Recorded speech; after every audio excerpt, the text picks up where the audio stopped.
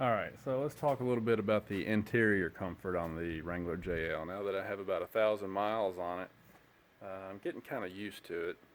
So let's talk about that a little bit, shall we? Now, I had a couple of the JK Unlimiteds in the past, and they were pretty comfortable.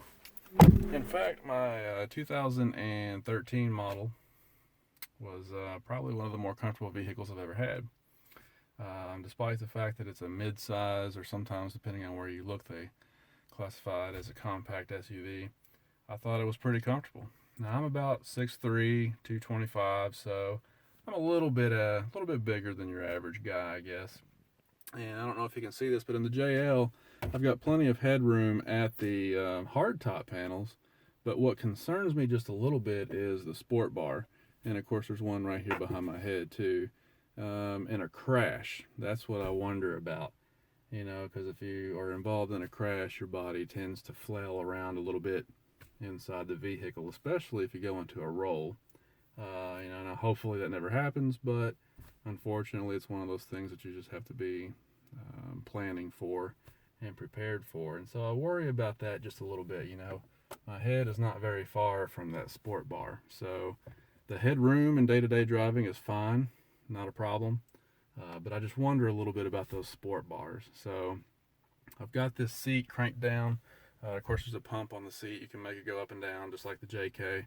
I've got it down all the way, and this is what it looks like for me sitting here. Now, one of the things I worry about a little bit also is my leg room. As you can see, my knee rests on the transfer case shifter, and I've tried to adjust the seat forward and back to see if I can find a little bit more of a happy medium. If I go forward, I have found that my knee kind of hits the dash here next to the 12-volt outlet, and if I go backwards, it's pretty much all the way back now, but then that's when I end up having that issue with my knee hitting the transfer case shifter. So overall, it feels like that the JL does not have quite as much interior space as the JK. Now, as far as dimensions, you can look those up. You might say, well, it's the same, but just the way they've packaged it is not quite the same. In fact, let me turn the camera here. You can kind of see from my point of view how my knees are pretty much against the door and against the transfer case shifter over here. So, and again, this is with the seat pretty much all the way down and all the way back as far as it'll go. So I've seen pictures of guys on the forums that are about 6'5", 6'6", or a little taller than me, and they're pretty much out of room at that point. So as far as interior comfort goes, it's not bad.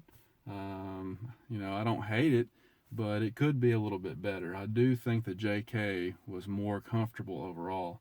And the other thing is the seats. The back of the seat is really flat in the JL, and seems like the JK had more cushioning in it too. I've played with the lumbar adjustment a little bit, and I've gotten it to where I can deal with it. I used to have some back issues, and sometimes I still do, but it's not severe yet. And I like to have a comfortable seat. I'm getting older these days, and I'm thinking more about that kind of stuff. So I like to have a comfortable seat, and the JK was just a little bit more comfortable for me. It really was. So as far as interior comfort goes, I would give it a B. I still think they could do a better job on that, but again, it's not terrible. Now, looking at the dash here, I've got the 7-inch Uconnect screen, and the 7-inch screen is it's kind of in between. Obviously, the base models come with the smaller Uconnect that's got buttons up here for some of the more manual controls, and you can also get the 8.4-inch. So this is kind of the in-between audio system. And but I do like it. It's really responsive. I like the fact that it's got satellite radio on it. Here's one of my favorite things is the automatic climate control, where you can actually turn it on here. Well, you can't turn it on unless the engine is actually in the run position. But you turn it on here and you can adjust for the passenger and the driver independently. You can run the temperature up and down where you want it, and then you can just set it and forget it, and it will automatically keep the climate inside the way that you like it. You don't ever have to fool with buttons. And that's one of those things that I know it's been out for a long time. It's been an option for a long time, But if you've never had it before, once you have this, oh man, it'll spoil you. I really, really like that. In the F-150, I didn't have that. And in the wintertime, you know, you're always playing with the controls, trying to get it to defrost the windows. Then it gets too hot, so you got to turn it back down. You know, then maybe your wife is kind of like, well, I want it a little bit warmer. So with this, she can have it as warm or cold as she wants, and I can too. And you can set it and forget it. So I really love that. I'm not a real big fan of the Apple CarPlay and the Android Auto. I've tried to play with that some, and personally, I just don't like it. It's just oversimplified for me.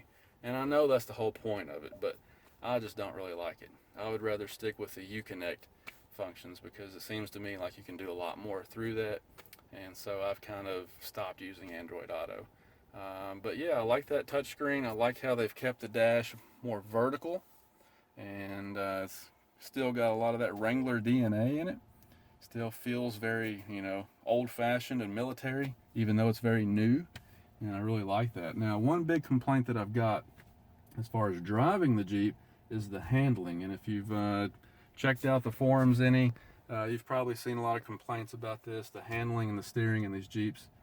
There's something going on with it. I don't know exactly what it is. I haven't figured it out yet, but it just feels like it's wandering all over the road. It's all over the lane. There's constant steering wheel input required to keep going straight down the road.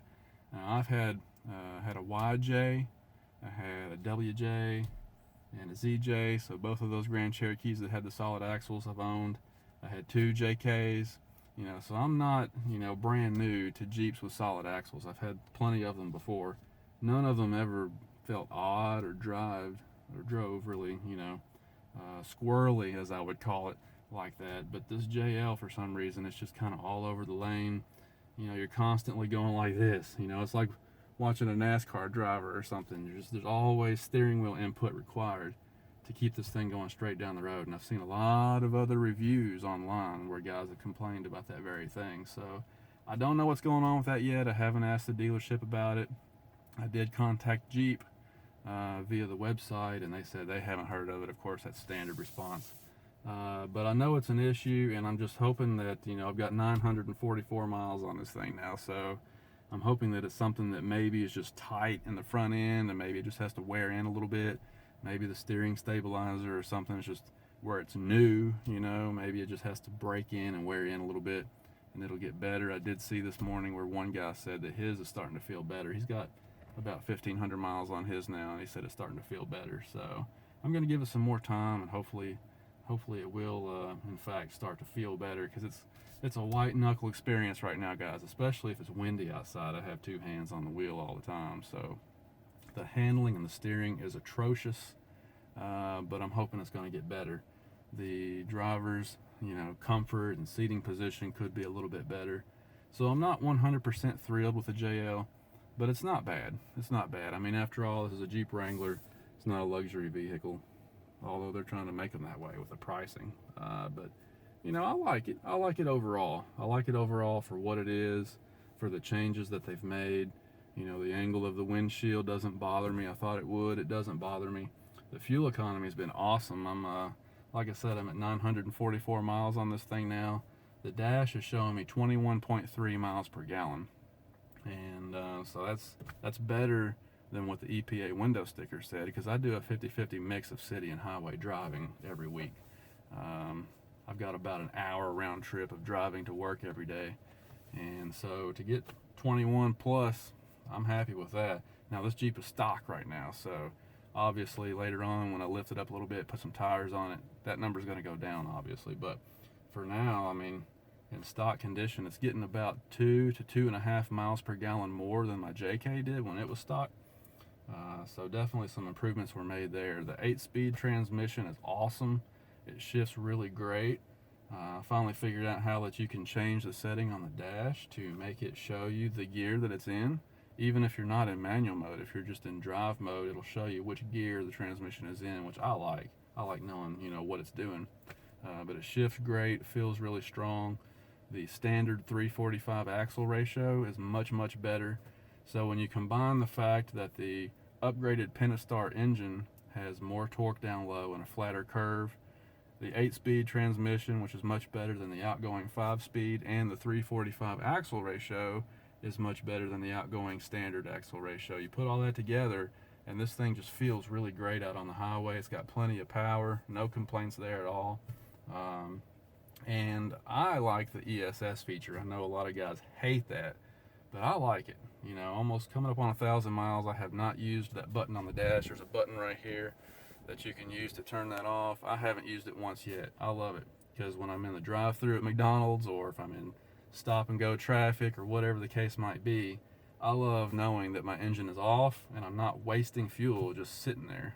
You know, that's something that, in my opinion, they should have done a long time ago. So I'm not worried about the longevity of it, because this is a lease and it's going to be under warranty the whole time I'm paying on it. So I'm not too worried about that. But I do know that the engineers thought of that, and they upgraded the flywheel and the starter so that it can handle the load of the ESS system. So I don't ever turn it off. I love it. Fuel economy is awesome. The drivetrain is awesome. I'm not too worried about the fact that the axles are smaller in diameter now. They went with a smaller ring gear. Dana says that those axles have the same torque capacity as the JK axles, so I'm not too worried about that. Overall, the driveline I'm very happy with. I just feel like that aesthetically, the way they packaged it, they could have done a little bit better job. But again, the soft top is awesome. The redesign on that is awesome. I can't wait till I can afford to buy one. The hard top is nice, because these panels up here are way more lightweight than they used to be. The JK panels are kind of hard to handle sometimes, and these are a lot more lightweight, easy to handle. When you take these off, you can just use one hand, flip them around, stick them in the bag. Really, really nice. So obviously that means that the rear section is going to be easier to handle when you have a buddy help you take that off too. So they've improved the tops, and they've just kind of fixed a lot of things on the JK that kind of needed to be fixed. One of the big complaints my wife had was the doors, because when you open the doors, they'd flop around, and if you're trying to get in the Jeep on a windy day, they'd hit you right in the tail. But now they've got those stops on them just like a regular vehicle. So, you know, a couple of detents there. When you open the door, they'll hit those detents and it'll hold the door open for you. So she really likes that. You know, again, just as you guys know, a lot of things that they've improved over the JK. It's not a completely different vehicle. It's just an improvement over the JK, and for the most part, I'm pretty happy with it. And you know, as far as the seating position and everything goes, maybe that's something I'll continue to get used to over time. You know, I wouldn't let that be a deal breaker. You know, if you're a tall guy like me and you're looking at one of these, I wouldn't let that be a deal breaker. Go check it out and see what you think about it. You know, everybody's a little different. So, you know, it's my first couple of weeks with the JL. Pretty happy with it overall. Glad that I have it, and I brought it home, and I can't wait to be able to do a few mods to it. I'm probably not going to get crazy with it, but we're going to do a few mods to it, and I'll be sure to do some videos on those things. You know, the LED headlight upgrade video we did last week, a lot of guys are really thankful for that, because that's one of the first things that are going everybody knows the headlights are not great on these, so it's usually one of the first things guys want to do is upgrade the headlights. So that's an economical way to go about it. Still happy with that mod. But yeah, I mean, the JL is a great Jeep overall, and I'm gonna have a lot of fun with it over these next few years. So I'm just waiting now for the weather to get better so we can take the doors off. Can't wait to take the doors and the top off. They say that these aluminum doors are a whole lot more lightweight, and they're easier to handle now than the JK doors, which is going to be great, because those JK doors were pretty heavy. So overall, man, it's awesome. Can't wait to do some more vids on it, and maybe we'll get it off-road pretty soon too and see how it does.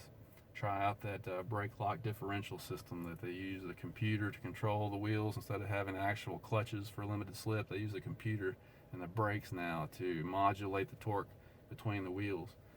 Worked pretty good on my JK. We'll see how it works on this pretty soon. So anyway, that's my first overall impression of it here. First couple of weeks I've owned it, and we'll check back in with you again pretty soon as we start to modify this thing and turn it into an awesome and proper Jeep. All right, guys, thanks.